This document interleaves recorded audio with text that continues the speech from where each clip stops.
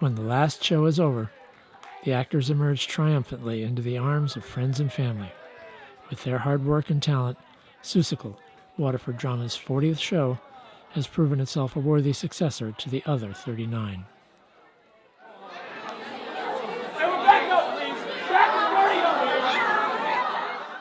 Many in the crowd, in fact, are alumni who were themselves in some of those previous shows, a testament to the pull of the Waterford Drama family over a long succession of high school graduating classes.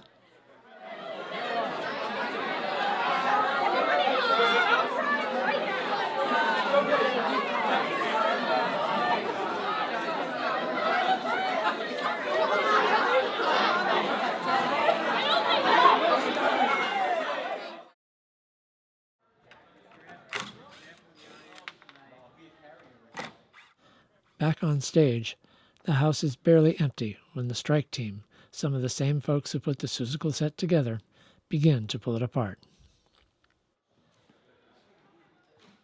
Those familiar shapes, surfaces, and colors, the painstaking detail and the weeks of engineering, carpentry, and artistry will be gone in a matter of hours. There's no time or storage room for sentimentality, and even when Shane does restage a show, it's many years later with fresh ideas and more sophistication. By the next morning, the larger reusable pieces are put away, and only small piles of lumber too small to save still litter the stage. Many of the props are offered to the actors as mementos, and with that, photos, videos, and memories are all that remain of Seussical.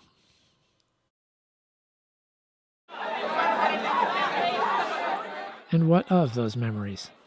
What of the drama process in general, and of Seussical in particular? 2 first-time actors and 2 long-time Waterford Drama members offer their thoughts.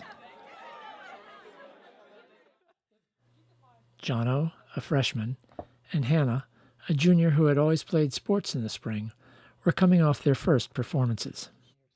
For Jono, it was a shot in the dark from the very beginning. I know what I was doing a lot better. Like this year during the audition process, I had no idea what I was doing, what I was getting myself into. I said, like, it was pretty much the last week when I decided I wanted to audition. Asked about the biggest challenge, he answers in one word. Dance. Dancing? Definitely the dance. I'm not very coordinated at all. Overall, though, he very much enjoyed his time with the group. It was, most importantly, something I really liked doing, and I had a lot of fun, and I got to know a lot of people so much better. I made a lot of new friends. I feel like if I hadn't been a part of the experience, I wouldn't be as good friends with the people that I am friends with now. Hannah, too, was happy with her experience. Everything. It was exciting, it was fun, it was exhilarating, it was so new and, I don't know, uncomfortable in a good way because you didn't know where you're going, but you were just gonna go there and see what happens, and it was just so much fun, and I miss it so much. I get home and I'm like, oh, what do I do? And I'm still singing the songs, and my brother's still singing the songs, and my parents are still singing the songs. Everyone's singing them all the time. And the steepest part of Hannah's learning curve? The singing part, because when you talk about singing, you talk about notes and chords and rests and all these things, and I don't know what any of those mean at all. And I learned new terminology, and I learned new dance terminology. I actually just learned new stage terminology too, upstage, downstage, left, right, all of it was brand new, and I soaked it all in. Asked if they'd audition again, Jono answers for both, albeit with characteristic verbal economy. Absolutely. Yeah. With 23 Waterford Drama shows between them, as well as other productions, Corinne and Tess, both seniors, draw on a large body of work as they look back. Corinne explains how Seussical once helped spark her curiosity in the mechanics of staging. Seussical is a really important show to me because I saw it on its national tour. I was probably 8, and it's the first show that I ever remember thinking about the technical part of it. not just from a, oh, that's cool standpoint, but from a, I wonder how they did that, because they had a bathtub that moved around the stage. And I'll never forget that, sitting there going, I wonder how they did that. And that's the first time I ever asked how for anything. So it was always kind of an important show to me in that sense. She adds that she had high expectations for the WATERFORDrama version. I knew it'd be really bright and really colorful, and I was really excited for that because I know the difference between Waterford drama shows and any other show in the area really is that we have a space where we can do a lot, and we have a brilliant lighting system and someone who knows how to use it. And that really makes a difference in our shows. So I just knew that it would be so bright and so colorful and big. So I was really excited for that. Asked if broad, silly characters like those in Seussical changed the cast's approach compared with other shows, Corinne, who with her typical energy sits up in the seat after the video shot is framed, believes that no, it was largely business as usual. I don't think so, simply because they were characters, and I think they're portrayed more as people than they are as animals, just through their personalities. I think the biggest thing it affected was how people moved. Not as much motivation of characters necessarily, but just movement in general. So that was interesting.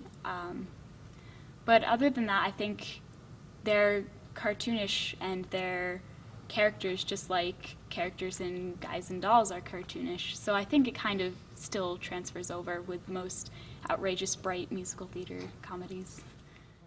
Expanding on that, Tess thinks that the characterizations did at least play a cohesive role in the production.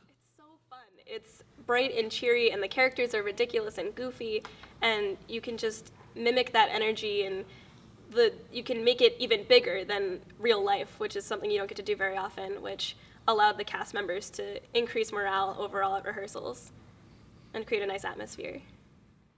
Like Corinne, Tess thought from the start that Seussical would be a success. I was excited. I know that a lot of people were kind of like, what is happening? This doesn't seem like a normal show. Is this going to be as good as the other ones?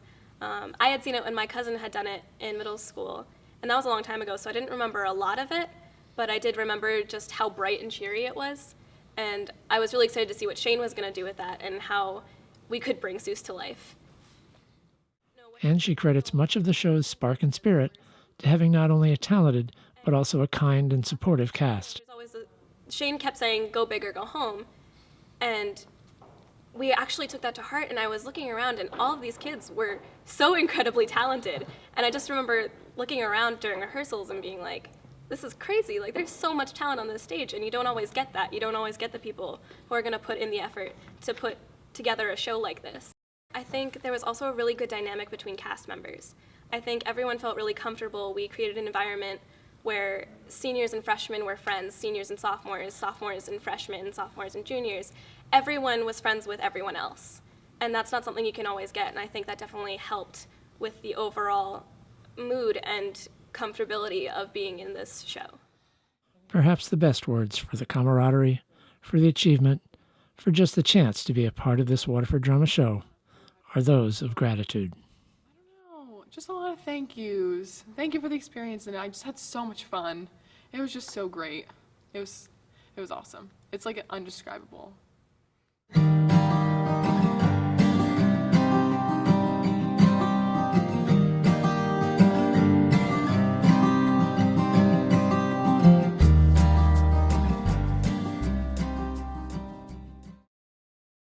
This Seuss tale of elephant, clover, and bird is perhaps one as silly as e'er has been heard.